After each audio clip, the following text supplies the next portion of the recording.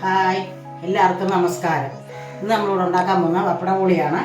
നമുക്ക് ബോളി എന്തൊക്കെ വേണമെന്ന് നോക്കാം. മൈദ എടുത്ത് വെച്ചിട്ടുണ്ട്, മുളക് പൊടി എടുത്ത് വെച്ചിട്ടുണ്ട്, ഉപ്പ്, മഞ്ഞൾപ്പൊടി, എള്ള്, എണ്ണ. നമ്മൾ ഈ ഉണ്ടാക്കുന്നത് ഈ വീട്ടിൽ സാധാ ഉണ്ടാക്കുന്ന പപ്പടം കൊണ്ടാണ് ബോളി ഉണ്ടാക്കുന്നത്. 4 മണിക്ക് നമുക്കൊരു പലഹാരം.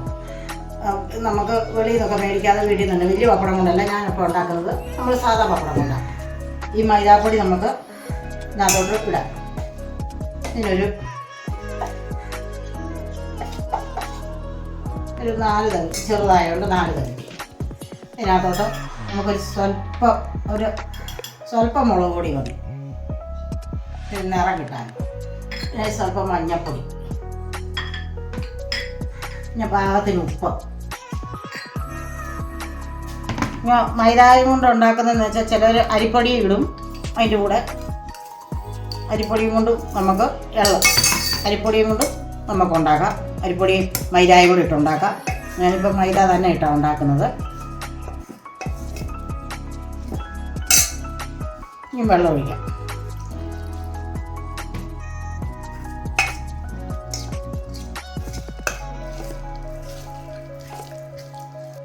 നമുക്ക് മൈദ എല്ലാം കൂടെ മിക്സ് ആക്കിയിട്ടുണ്ട്. ഇത് നല്ലപോലെ ഇളക്കി മിക്സാക്കി വെച്ചിട്ടുണ്ട്. നമുക്ക് ഇനിയിപ്പം പാത്രം വെച്ചിട്ടുണ്ട്. ഇതിനകത്തോട്ട് നമുക്ക് ഈ എണ്ണ ഒഴിക്കാം.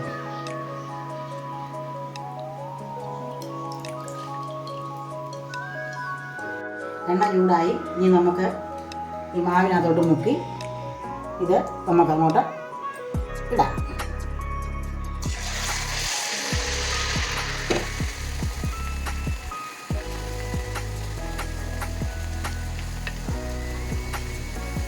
മതി.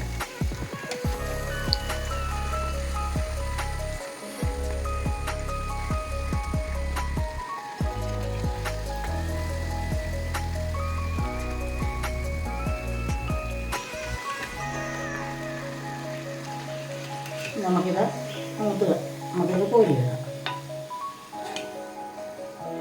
നമ്മൾ പപ്പട ബോളി റെഡി ആയിട്ടുണ്ട്. നമ്മൾ കോരി എടുത്ത് എല്ലാം മൂത്ത് റെഡി ആക്കിയിട്ടുണ്ട്. എല്ലാവരും ഇതൊക്കെ ഒന്ന് കാണണം കേട്ടോ. നമ്മുടെ വീട്ടിൽ ഉപയോഗിക്കാവുന്ന സാധാ പപ്പടം കൊണ്ട് നമുക്ക് 10 മിനിറ്റ് ഉണ്ടാക്കാം. പപ്പടവും എള്ളും എണ്ണയും എല്ലാം ഉണ്ട്. പെട്ടെന്ന് നമുക്ക് ഉണ്ടാക്കി എടുക്കാവുന്ന ഒരു പലഹാരം, 4 മണി പലഹാരം. നമ്മൾ കടയിൽ നിന്നും ബോളി മേടിക്കാൻ പോകുന്ന എല്ലാത്തിനും നമുക്ക് നമ്മുടെ വീട്ടിൽ പപ്പടം മിക്കവാറും എല്ലാ വീടുകളിലും പപ്പടം കാണുമല്ലോ.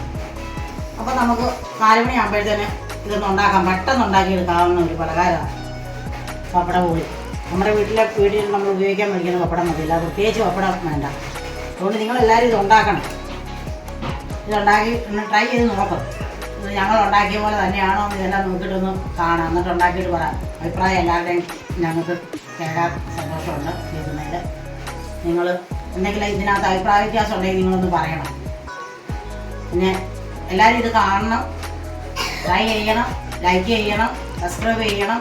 ഇത് കാണാൻ മറന്നു പോകരുത് ആരും. നാളെ ഞങ്ങൾ വേറെ ഐറ്റമായിട്ട് വരുന്നതായിരിക്കും. എല്ലാവർക്കും ബായ്.